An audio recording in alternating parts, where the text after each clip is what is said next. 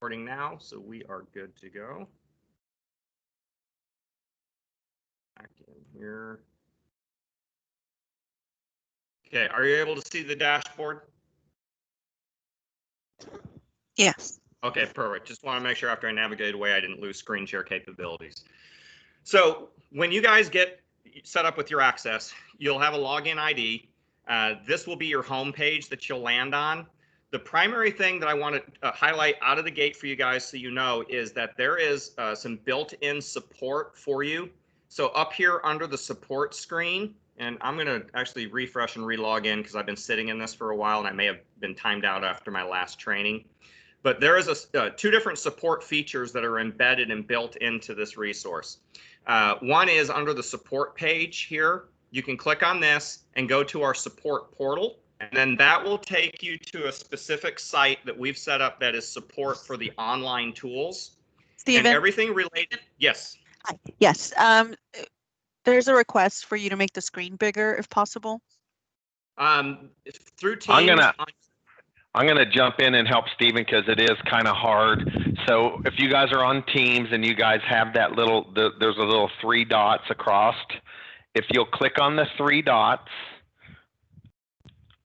right next to your hand and click on focus, and it should make it considerably larger. I know Stephen can make it larger, but that'll also help because Teams, it depends on the version of Teams. They've had an update over the last 90 days, and depends on the update. It'll either say focus or enlarge screen, just in case. Sorry, Stephen, I was trying to help you so you didn't have to drop out of there and do all that. Absolutely, no, I appreciate it. Yeah, I'm in the largest viewing possible that I can do on my end, so enlargement really is going to fall on the user side of things. So yeah, if you have any trouble with that, it's just the 3 dots at the top, gives you an additional menu, and then it should say focus or enlarge, and it'll increase it by about another 10% or so. Great. I do see in the comments that is helpful. Thank you. Okay, fantastic. So what I did was I just, from your dashboard, I went to the support tab and launched into the support portal, which takes you to this site. Now, everything that you would need based off of your role and how you're using the system will really be found under the assessment section here. Performance is about reporting, rostering, that's all being done through your student information system. And then Elsa, you can let me know whether or not you guys are creating content collections, because if you are, that is found over here under the curriculum section for managing content collections, which is your shareable folders. But here under assessments. We are, Stephen. Okay, so I'll make sure that I hit upon that as we go through the training as well. So under this section here, when you hit assessments, you'll see create tests, release a test, generating quick answer keys, pre-slug scan sheets, create resources. So when you click on any of these, it's basically going to open up a window, which is going to give you written out instructions, as well as screen captures and GIF files that show you where to go and what to do. So this is a great resource to go in if you're in the system and you're like, well, wait a minute, I know I got trained on this, but how do I access that feature? This is one way to go in and find that type of information. The only way to access this particular page is through your platform and through the support portal function here in that support tab.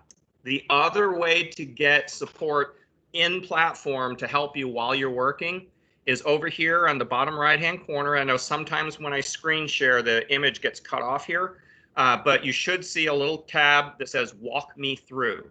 When you click on that, it is going to open up this window here, which is basically going to give you a click by click, step-by-step help to get you through the feature.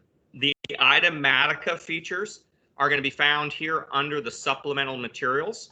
So when it comes to create a test, create the quick answer key, each of these are click-by-click, step-by-step support. So if you were to select create a test, first thing it's going to do is make sure, is that the correct option you want? If so, go ahead and start. And then you'll see little pop-up boxes will appear on your screen telling you exactly where to click. So it's saying click on assessments. So my assessment tab opens and it says click test manager. Click on it. Then it's going to say, okay, you're creating a new test. So you can create new, or if you're trying to find and edit an existing test, well, you can jump right here. You'll see that that option is here for you. So you'll see that this will stay on for click from the start until you have 100% finished building out that assessment. And so that is built into the platform through the Walk Me feature here on the side. Now, let's say you were trying to remember how to access something. You launch the Walk Me and it takes you in, but now you remember how to advance forward. You can exit Walk Me by clicking out on the X, and then it'll simply go back to the tab view over here off to the side of the screen. Now, since I have clicked on Walk Me and started going into the test maker, I want to highlight for you that you'll see the test manager tab opened up here next to the home screen. So the platform does operate a lot like an internet browser would. So this way it allows you to navigate back and forth between other content that you've started. So if you navigate away in the middle of making a test, don't worry, it saves automatically. When you come back to the tab, it's going to take you to exactly where you left off. So I just want to make sure you understand that. So you'll see that, you know, if you were opening up the question manager and the resource manager and the building your collections, your content collection manager, all those tabs will simply open up across the screen here for you, and you can jump back and forth without losing any work that you've done. And that's always a big stress reliever for folks, because sometimes when you accidentally navigate away, you lose the last part of the work that you've done if you haven't clicked save. So you don't have to worry about saving. The system will auto save where you were and the last work that you have done. Now, I'm going to close out of this because we're going to spend a lot of time on this piece, but I just want to highlight a few other things just so you know how to navigate and work with the resource. When you first log in, you're going to have some of these white box widgets that are on your screen. Over here on the section where it has the getting started here section, you've got a couple of options. This is another help feature where it'll open up like FAQs and answers to questions, as well as additional supports for how to utilize the system. And this is going to typically all be in narrative prose, so it's going to be all written out without necessarily graphics or GIF files. So you are able to access that here. Another thing that's important for you to know is the submitting of a ticket.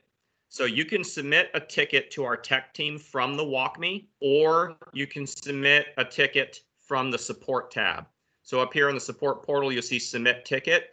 So submitting a ticket is if you are finding issues with the platform, meaning content isn't loading properly, it's all system-driven problems. That will allow you to submit a ticket. Our tech development team will get that ticket, go into the system and identify, is it a bug that they need to resolve within the platform, or is it something that's set up with your own personal user profile? And that way they'll get back with you and help resolve those problems. The submit feedback is here for you in the event that there's issues that you're having that are not necessarily that there's a glitch in the tech that needs a ticket to be resolved, but maybe you want to voice something about the system, good or bad. You can submit feedback. That helps us, and we ask for you guys to do that because it does help us to better improve the system and supports for you guys. But I just wanted to make sure that you knew the different areas that you can grab support. Now, of course, you also can go into that support page to the chat with us during business hours, where you can connect with a customer engagement specialist or a customer support specialist who can do their best to help resolve your issue in real time, or at the very best, take your information of what you need and then get the appropriate person to respond to you. I'm going to pause there just to see if there's any questions based on the information that I've shared so far. There are no current questions on the chat. If anyone would like to take themselves off mute, please feel free. Okay, excellent. All right, so as I mentioned, these widgets are customizable. So on your page screen, this middle box is customizing for your screen for the widgets. This is just if you don't want to have a busy screen with a bunch of stuff up here that you're not going to use, you can click on that and uncheck mark those widget screens that you don't need. If there's something that's not on your screen, like you only have two basic widgets and you want to see what's available, you can always click on that box and see what is available to you to add to your desktop. We just recently added the widget that's on center screen right here, which is needs grading. So Elsa, this is something new that you're learning as well. So as you push out tests or assignments, And there are items that are on that assessment, such as open-ended or essay, that do require for someone to go into the system and use a rubric and apply a score. This will identify for you those assignments that are needing grading. And so you'll see if you hover over the section, it's going to name this particular students that have submitted their work but have items to be graded. And then you have two options for going in and grading the assignment. Either one of these is going to take you directly into the roster to go grade the assignment.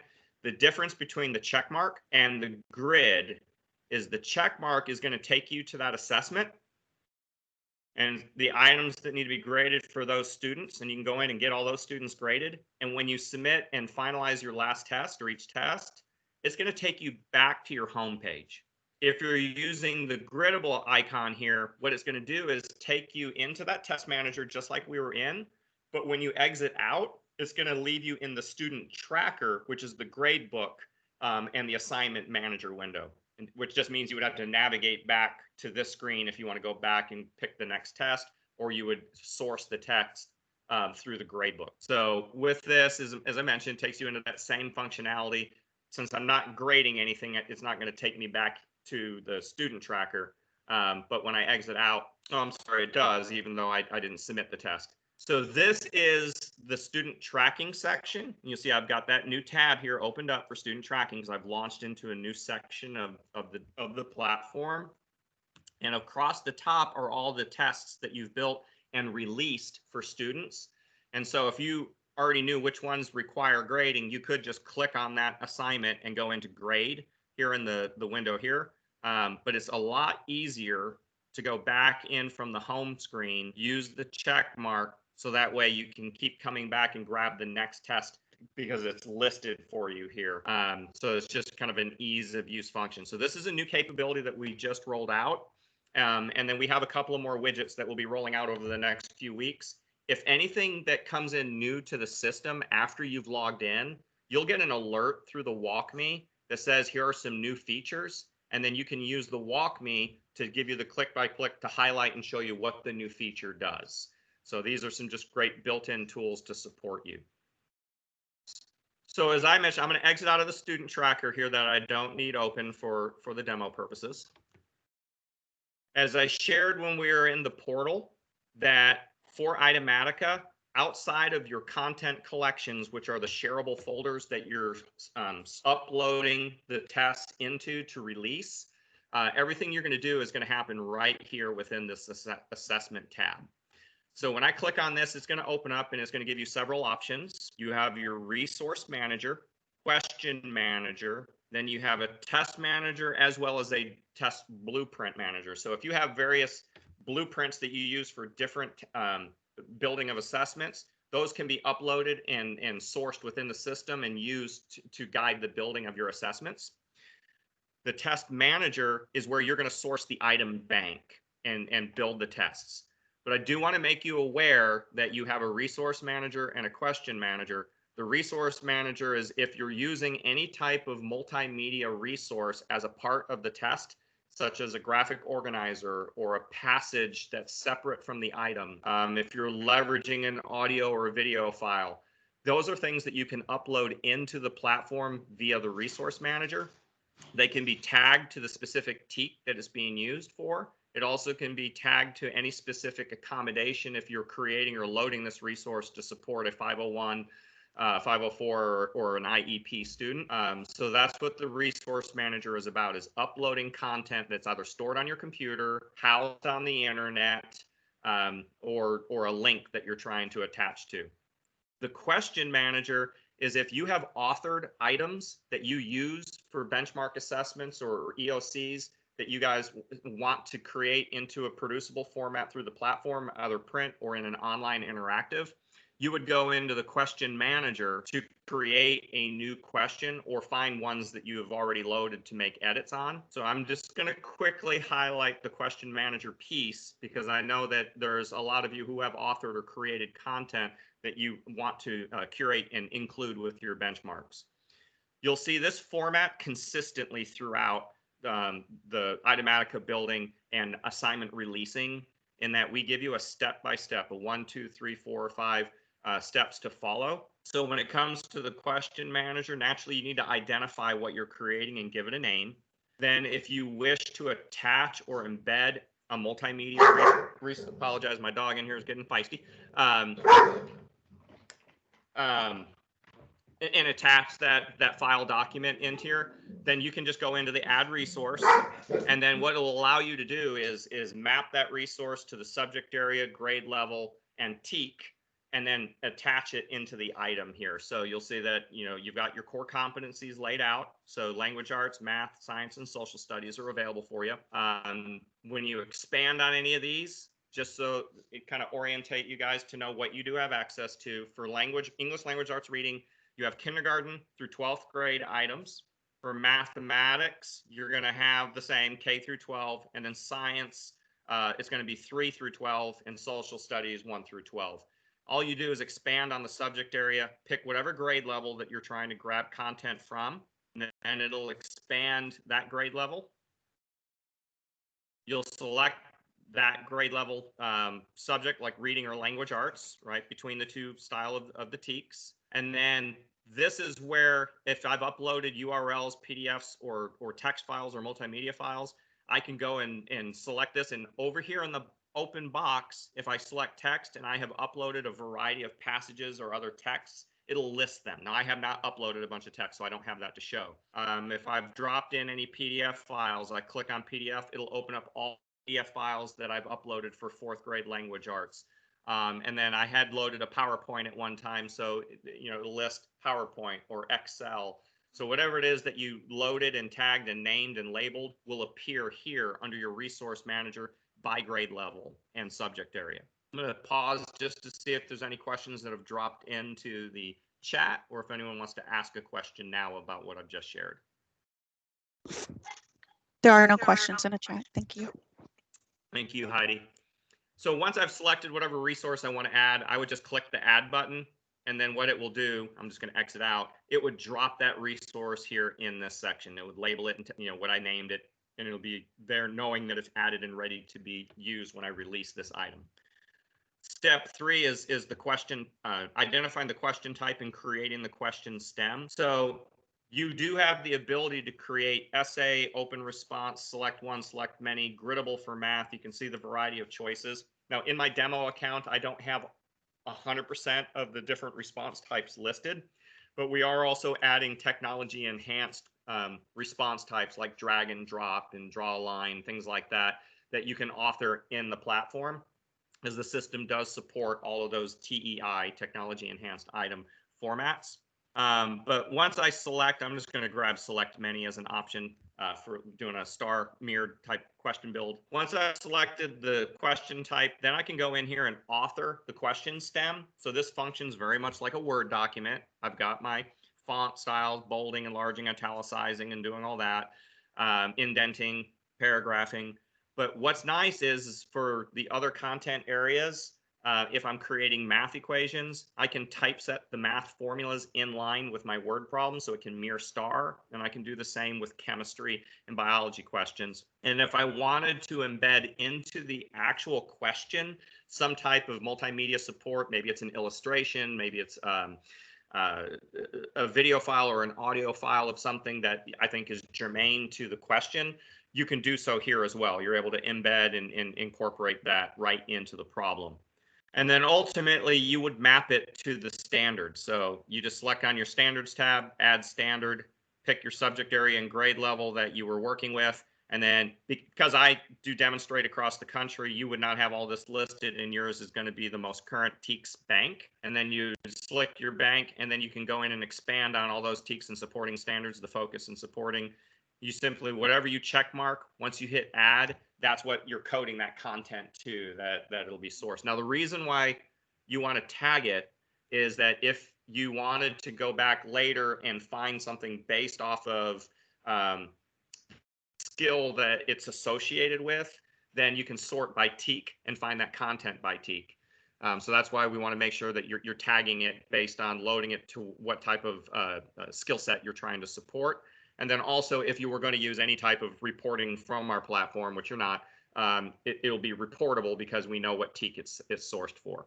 So I'm going to close out of that. The one thing to note too is you are also able to, as you upload content, you can attach it to the specific accommodations for students on IEPs or 504. You can also, at the point of creating the item, determine what online test taking tool will automatically be turned on when this is attached to a test. But you don't have to do any of that because you have many other times and options to add or turn on and turn off those tools for online use.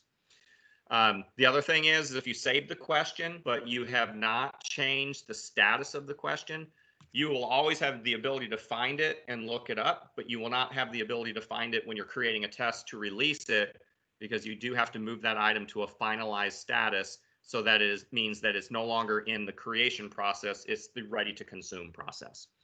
So I just wanted to make sure you were aware that that function exists. You may or may not use it in your roles, but it is there, and it is something you can include with your assessments that you build. But now we'll go into the meat and potato, which is finding items within the item bank to build and create your tests. So again, you're going to be under your assessment tab. Just as a reminder, if you log in, you're like, oh, wait a minute, how do I go in and do that? You've got your Walk Me, and then everything Itematica is under the supplemental materials section of the Walk Me Through. I can click on the create test and then get the click-by-click, step-by-step directions. But I'm going to go ahead and open up the assessments tab. I'm going to go to Test Manager, and I'm going to create a new test. And so you'll see that step-by-step process is listed. So I'm in step 1 right now. You'll see the green dot here that says test information. And then this is the taskbar across the top that lets me know where I am in the process of completing the building of that assessment. So right now I'm in the first step where I am required to give it a name. And so I'm just going to give it a quick name there. You can give it a description, but you'll see it says optional. The description is just something that might be helpful when you're doing a syntax search looking for items or for tests. Or it's a good option just so you realize I created this test specifically for practice, not as a benchmark or an EOC. So that's just for your internal reference. You'll see down below here on the screen, the mastery threshold is at 70. So everything in the system will default to 70% or greater is mastery of the skill. You do have the ability to modify that based on whether you're creating something that's not going to be a benchmark or a summative assessment. Maybe it's something for practice or a daily assignment. You can modify the threshold to meet whatever grading parameters you use for that. So I've named it. I'm not describing it because I don't need to. You guys, based off of your user role, your access ID, the default to the test level will be district-wide because you guys are creating the benchmarks for the district. But you will have the option to filter it down to campus or classroom. This is in the event that maybe you're getting in and helping a specific school do some type of practice assessment to get ready for STAR or get ready for a benchmark. So you could go in and say, I'm going to do this at the campus level and change that default and then release it to a specific campus, not a district-wide release. You could even, if you wanted to do something for a specific teacher at a classroom level, select that and release it to that individual teacher's classroom. I'm going to default it to district since that's the main function you guys will use. And then you'll notice here at the bottom, the response pattern. The system is set to default to A through E, but you can set it to mirror STAR. So you see you can also go through a 1 through 5 or yes or no response pattern, but typically we'll want to mirror kind of the patterns for STAR so they're getting that practice. So you just change that pattern setting and then move to the next step. If I forgot to do anything, which I have already, but I wanted to highlight this for you, what the system will do if you forget to do a step, is when I click next step, it's going to say, please enter all required fields. So I'll click OK. And then it has a yellow underline for the box where I forgot to select the particular score or course and subject and grade level that I'm going to build this assessment for. And so in this example, language arts, I'm going to go ahead and grab 4th grade content, check mark it here. So what I'm doing through this is I'm saying I want 4th grade content, and I'm going to hit add. And then that's going to drop in here to the window. So now when I move forward, the system knows we're only going to be sourcing content from 4th grade English language arts. So now when I hit next step, And this, I apologize, my bandwidth has been just a little bit sluggish today. So sometimes these screens are going to take a little bit of time to change. There we go.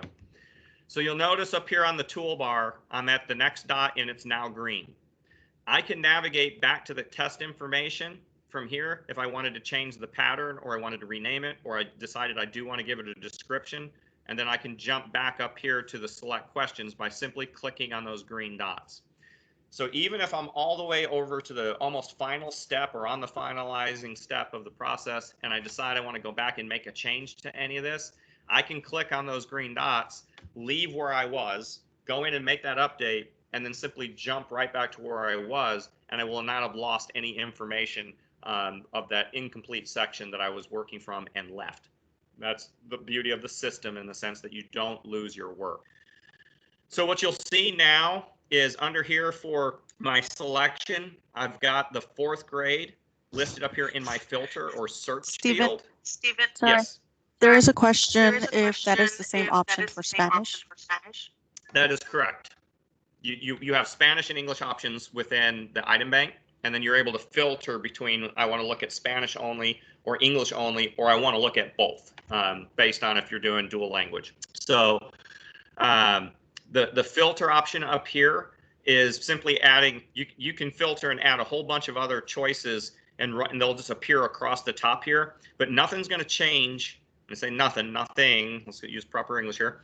Nothing's going to change here until I hit select or search for questions.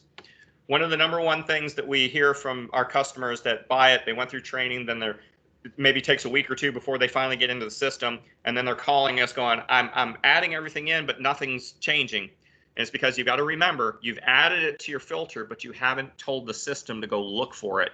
So you always need to remember, hit search for questions. So as I hit that for 4th grade English language arts, you can see here I've got 3,332 questions or items that I can use to build my assessments with. So you have a very broad amount of items to play with to build those assessment packages. You can do additional filtering. So like right now, I've got the full 3,000 up here just by question type, which is going to tell me whether it's essay, select one, select many, and so forth. I can go into my filter and say I want to look at it by TEAC. I want to look at it by level of difficulty. And then if you have things built out and mapped into your scope and sequence, you can look at it by units of study. But for the most part, you're building these for benchmarks and EOCs, so they're not going to be in that type of format. So I'm going to filter by standard. And so I've got all my TEACs broken down. At the bottom of the screen, I can see that I have 167 pages viewing 20 items at a time. That's a lot for me to scroll through. So what I want to do is filter down more to the specifics of what I'm trying to build for. So if you already know and you're following your scope and sequence, and then you're building your first 6-week benchmark assessment, and you know which TEACs are being associated with that, you can come here to your standards filter, simply expand on it and open it up, and you'll see this view all. Right, because you don't want to have to scroll through, all of this in this little window. So what you'll do is hit View All, which will open it up in its own window. You can see the up arrow here, which means if I want to go full screen with this, that way it's easier to see and read, especially for you guys that are on the Teams view. And then it's basically stacking the TEACs in chronological order, giving you the description. The number to the end there in parentheses is the number of items in the bank that are associated for that specific TEAC. So for 410A, I've got 123, I've got 119 for 410C and so forth. So this is a good way for you to take a look at, all right, which specific TEACs are we building benchmarks for, and that I'm pulling in, and I want to make sure that I've got good selections or opportunities to choose from a variety of items. Then all I have to do is check mark any of those particular TEACs that I want, but I'm just going to go down to this one. In fact, I don't want that many TEACs on my display, so I'm going to go down to 411D, where I've got 7 TEACs. And I'm going to hit the Add to Search down here at the bottom of the screen. Hopefully that's visible to you guys and not being cut off from Teams. Now you'll notice I'm still sitting at 3,000 items because I added it to my filter, but I have not chosen to select it and search for those questions. So now once I click on that, I only have those 7 items to choose from, and they're listed right here, and every one of those questions support 411D. So you'll notice over here off to the side where it says details with a plus sign. This is my way to give a quick preview of the question stem and the answer choices. Gives me a little bit of detail about what level of blooms this particular item is supporting. I also have the ability to see a rating. Now the rating happens if you were to go in and edit the item and give it a rating to use for building content collections based off of those items that you've rated. You can do that by clicking on the hyperlink here and then give it a rating.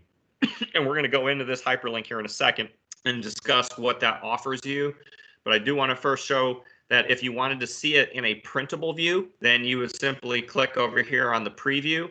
It will open up its own separate item card or tab in the browser. All right, so now we're kind of going outside of the platform. It's throwing it out into your internet browser. It's going to give you the details behind the teak, right? The blooms, depth of knowledge, the metadata about the teak. It's going to take the passage that this item question is associated with, and then it's going to give you your question stem and answer choice. So this allows you to just get a quick preview as to what it might look like if you were to use it in a printable format for students to use pen and paper, and to get some additional detail regarding that teak. Close out the tab and go back in.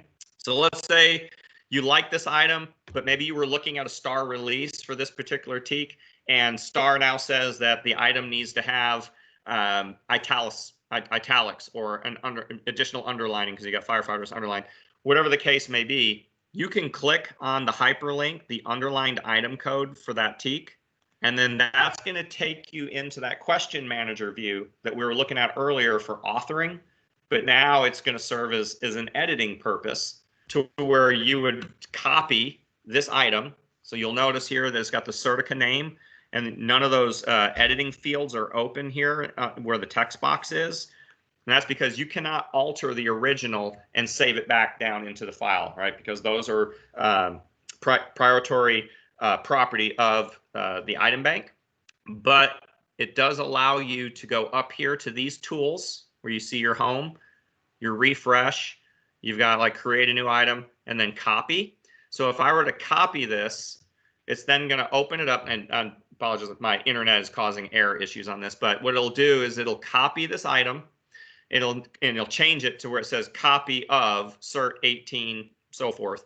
You can change the name. It'll open up those editing windows and allow you to change the question stem. It'll also allow you to reconfigure the answer choices. If you want to add another answer choice, you want to remove an answer choice, you want to change the order sequence in which they are, which is a great tool if you're using the item multiple times in multiple assessments. That way you can say this was used in practice test 1, and we're going to use it again in practice test 4. But I don't want it to be the exact same way that it was laid out. It's going to be the same passage, it's going to be the same stem, but it's going to allow you to change the sequence in which where the correct response is. So that's a nice way to get multiple use out of each items and do pre and post kind of measurement with students. Maybe I wanted to edit it and associate it to a specific accommodation or something of that nature. I can do that as well. So once I save the question, then it's ready for me to grab and pull into the test that I'm building and apply it. Any questions about editing items within the system? There are no questions on the chat. Okay, just want to give the appropriate pause in case someone come off mute. So once I exited out of the editing, because I'd already saved, although I didn't, because as you saw, I didn't go through all the steps, it takes me right back to where I left off, right? So this kind of goes back to that interoperability concept that we were sharing earlier. I don't lose where I was just because I navigated away to another part of the platform. So now I come back to exactly where I left off. I'm going to minimize my view. And then let's say I've gone through and reviewed a number of these items and I choose these 3 that are going to be a part of my test. All I have to do is hit add questions.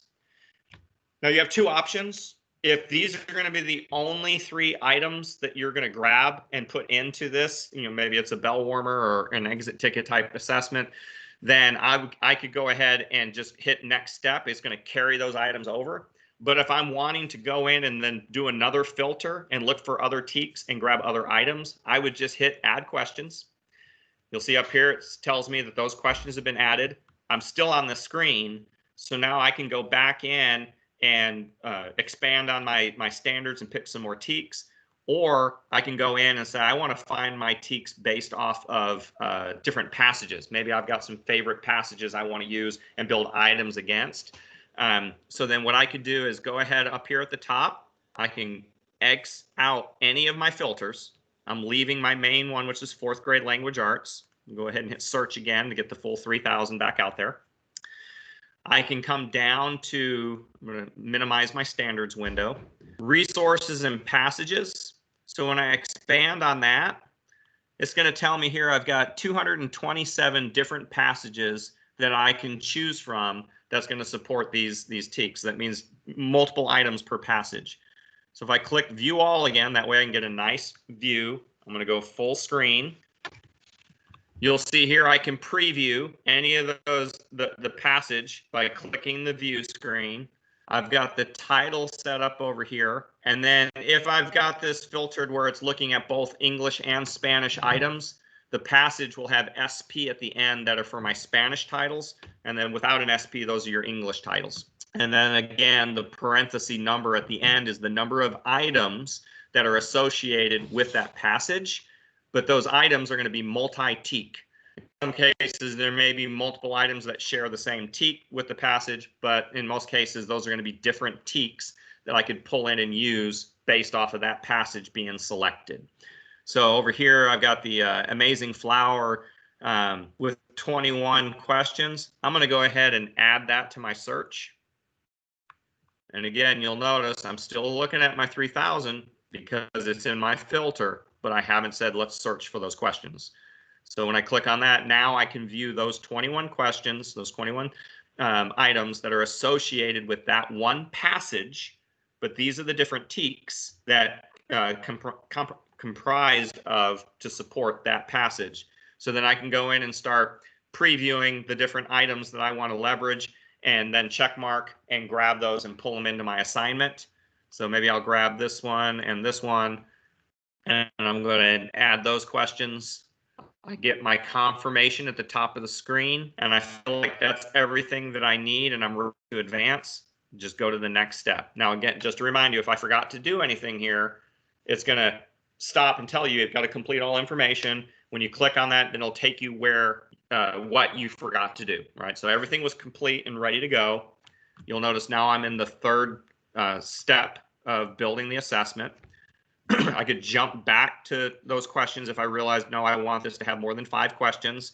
It's going to take me right back to exactly where I left off, my last filtering, because until I close out and finalize this assessment, it's still remembering everything I did in each of those steps and leaves that available for me to go back. It's one of the things I really love about the way the system operates. Let me get back up to the top, and I'm going to jump back to the next step where I was.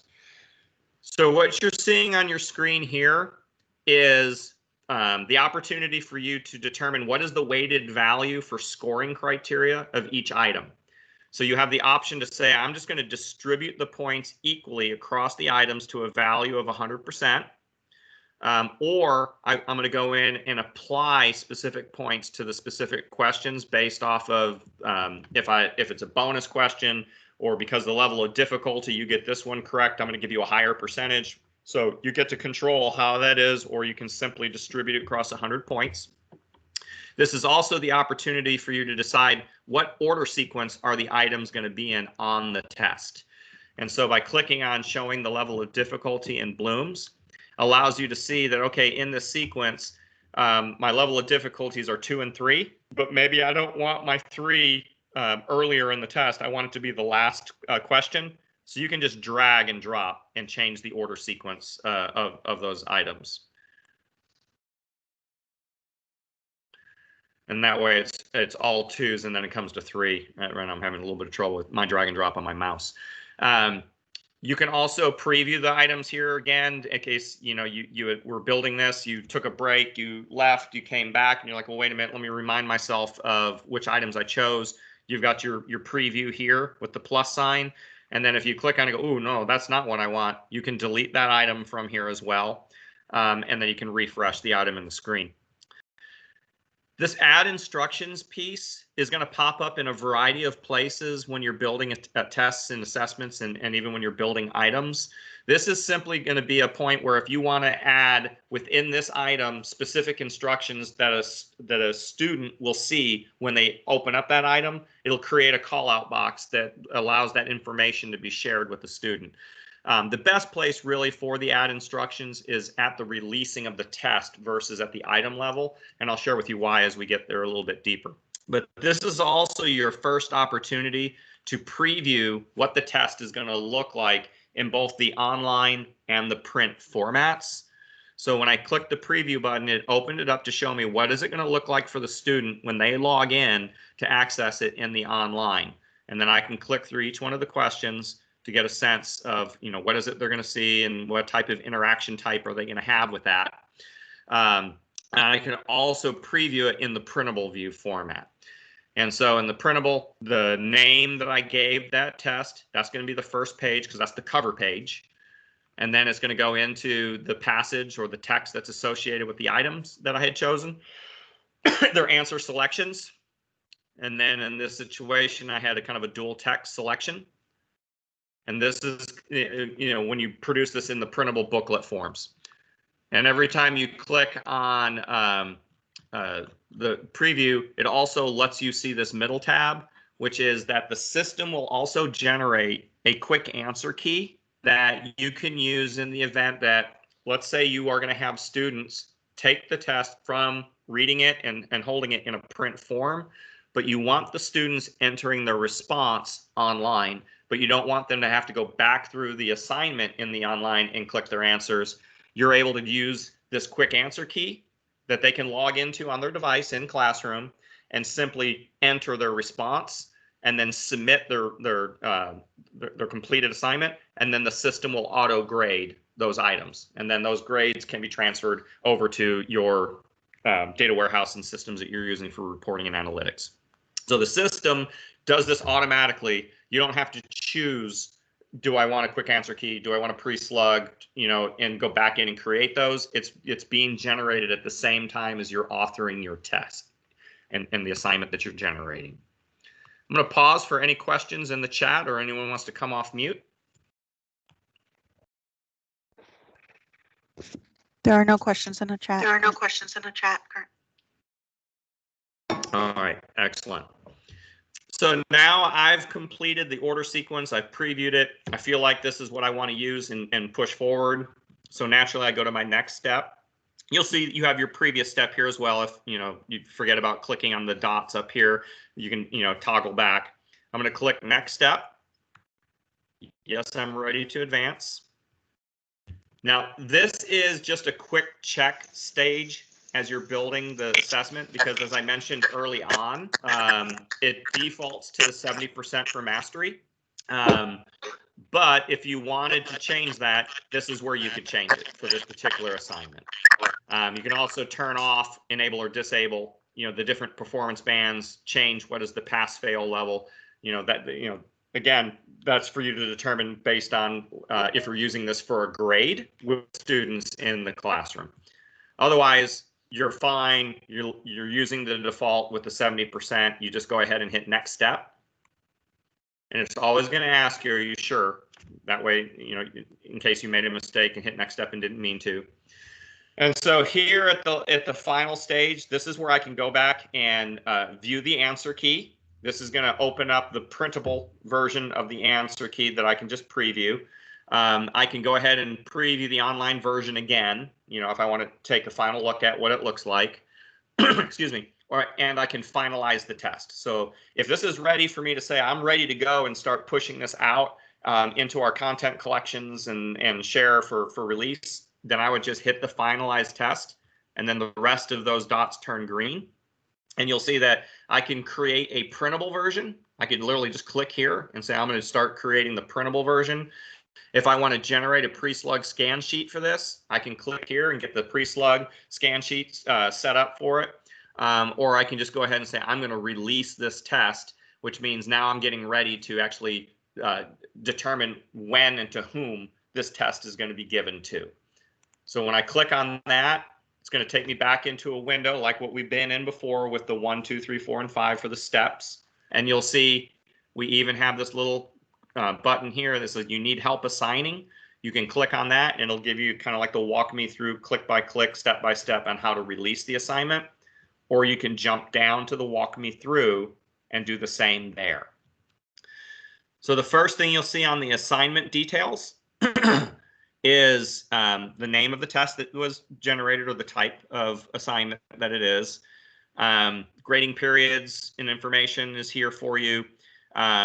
You can secure the assessment. So for those students, if they're doing it in platform online within our system, you can lock them in to where they cannot go off to another internet site or leave the platform until they submit the work. You also have the ability to randomize the questions and answers. So that way, if they're looking on the same forms, you want to print them out, you want an A, B, and C form for the printed, or you want, if they're on devices, you don't want them looking over each other and seeing and trying to cheat because they won't be on the same question at the same time, most likely.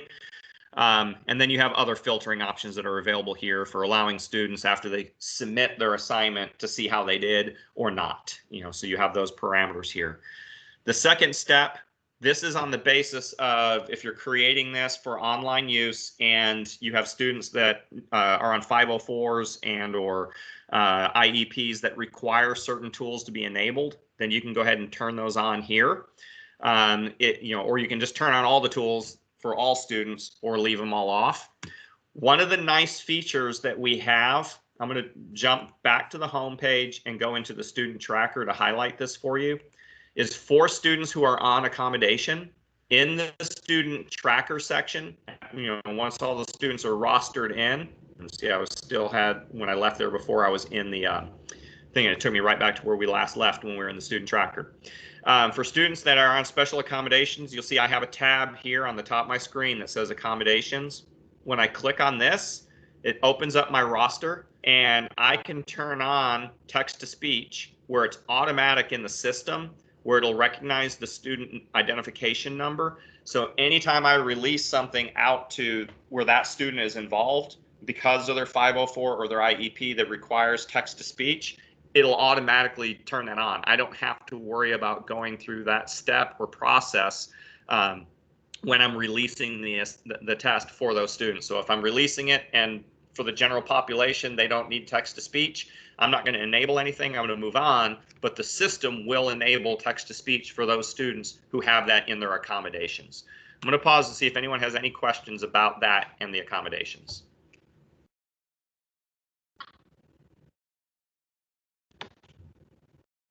Okay. Third step is determining when will the students have access to it. Now this, even if you're printing these out as a printable, you still need to select a date. You just choose the date you're in if you're going to print them off and use it that day. But this is going to be particularly for online students. So you set the date that it turns on and it turns off to when they have access when they log in. You also set the specific time of day that they have access to it. If your testing period is set up for third period at 11 a.m., then you can set that default so that when they log in that third period, that's when they'll have access. The other thing you can do is say, well, we'll just leave it on a 24-hour clock, pick the date range, and then we're going to turn it into a timed test. So I'm going to select timed and then determine that whenever point in time they log in and get started, they've only got 30 minutes to complete this assignment. And then I can also give them a warning on the screen 2 minutes out that the test is about to come to a close. Because then once that time runs out, whether they're finished or not, the system is going to submit the assignment and treat unanswered items as incorrect. So then when it comes down here to the step 4 for instructions, I mentioned earlier that you see this pop up in a variety of areas, like when creating an item. So I'm at the releasing of the test window. So this is something where if you wanted to provide instructions to the students before they start the test, you can typeset within this box whatever instructions you want to give. on the basis of how they're supposed to go through the assignment, make sure they're aware that it's timed. However, you can do that. You can also incorporate your multimedia if there's a particular graphic organizer or additional piece of text or an audio file that you feel is germane to the assignment that they need to listen to, see, or use. You can incorporate that here. So when they log in, the first thing that pops up on their screen is this instruction window, which has whatever you typeset in, whatever you've attached and linked is there for them to access and use before they get into the assignment. So that's just a feature that is optional for you. You don't have to use it at all if the teachers have all the instructions they need when they take the students into the complete the assignment. So the final step, which is a part of step 5, is whom am I releasing this to? So as I mentioned earlier, when you started this out, you had the default based off of your user ID, whether it's district-wide, campus level, classroom level. So here at this point, you as a district representative, your name will be here for your login. When you hit apply filters, then what you're going to have is basically HISD grade 4 English language arts, and that's going to be releasing district-wide for your grade 4 assignment for that test that you've created. And then you'll have that listed out across your grades and subject areas that you're building for. And you simply check mark to whom which this test is for based off of those that are in your roster. You also have the ability to break it down to if this is something that was generated for a specific group of students at a specific campus or classroom. You can then drill down and filter it to that individual group of students, as well as you can go back into your class filter and pick a specific classroom and open up the roster and release it to an individual student. So it gives you those options based on distribution. I know you guys are doing these as district-wide, so everything is going to be probably to your macro view here of district-wide, 4th grade, 5th grade, and content area, and then you simply release the test. And when I click release, I haven't selected all my filters, so I'm not going to do that, and I'm not actually releasing this. But it'll just give you a box with a check mark that says you have successfully released this test. But it's not going to navigate away from this screen because you may want to release this test to a different group or break it down in different ways. You ultimately just have to close out of the tab when you're done and you're ready to leave. You don't need that. And then you can just go back in and author a new test or find and edit an existing test, whatever it is you want to do from a next steps capability. But for those content collections for your shareable folders, I want to remind you again that in the WalkMe, under that supplemental section that supports Itematica, create content collection, you can click on that. It's going to verify, is that really what you're wanting to do? I'm going to start the WalkMe, and it's going to tell me to click on curriculum. It's going to take me down to the content collection. I'm creating new. Maybe I was actually trying to remember how to get to it to find one. Now I'll go to edit, but I'm going to create a new folder. And then again, this is going to keep giving me the click by click for me to name it, describe it, to add members who are going to have access to it. And then you guys are invited in, and it becomes a shareable collection of the items and tests that you've authored for future editing and distribution as well. I'm going to pause there for any questions, because essentially that's everything you would need to know to build an assessment and then ultimately release it out to the district. And since you're using other functions for data and reporting and so forth, I don't want to waste any of your time on that. Just to do a quick summary and reminder of the things that we covered. If there's only 2 things that you remember from this entire training, a week from now after this leaves and you get your user profiles, is WalkMe. Under supplemental are your step-by-steps and the support portal, which gives you access to a site that's going to give you, again, detailed information about how to do each of the main functionalities of what you're going to do in your role in creating assessments and releasing those to students. Those are the priority 2 things that you need to know. And if you remember those 2 things, you'll be able to be very successful in utilizing the system. Elsa, anything that you would like to add, or anything else that you would like me to dig deeper into while we've got the team together? No, Stephen. we have it because what we wanted them to do is familiarize themselves with the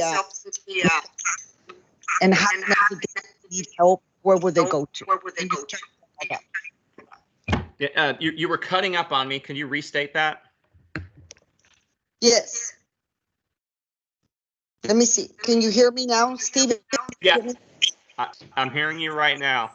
I think that everything you touched is exactly what I wanted for this training, because I know the only way we're going to be able to be familiarized is to go and apply it.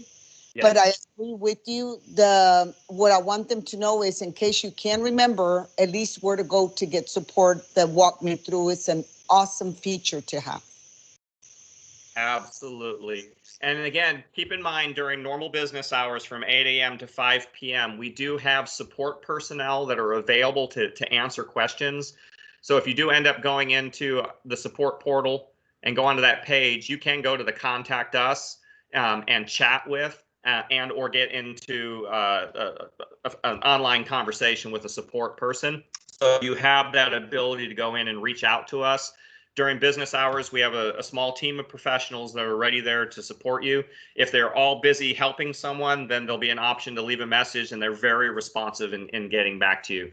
And then if for whatever reason you're not getting the response that you need, then you can reach out to Marcella or Heidi, who will then make sure that someone responds to you right away. And if that's still not happening, they'll reach out to me and I'll respond to you.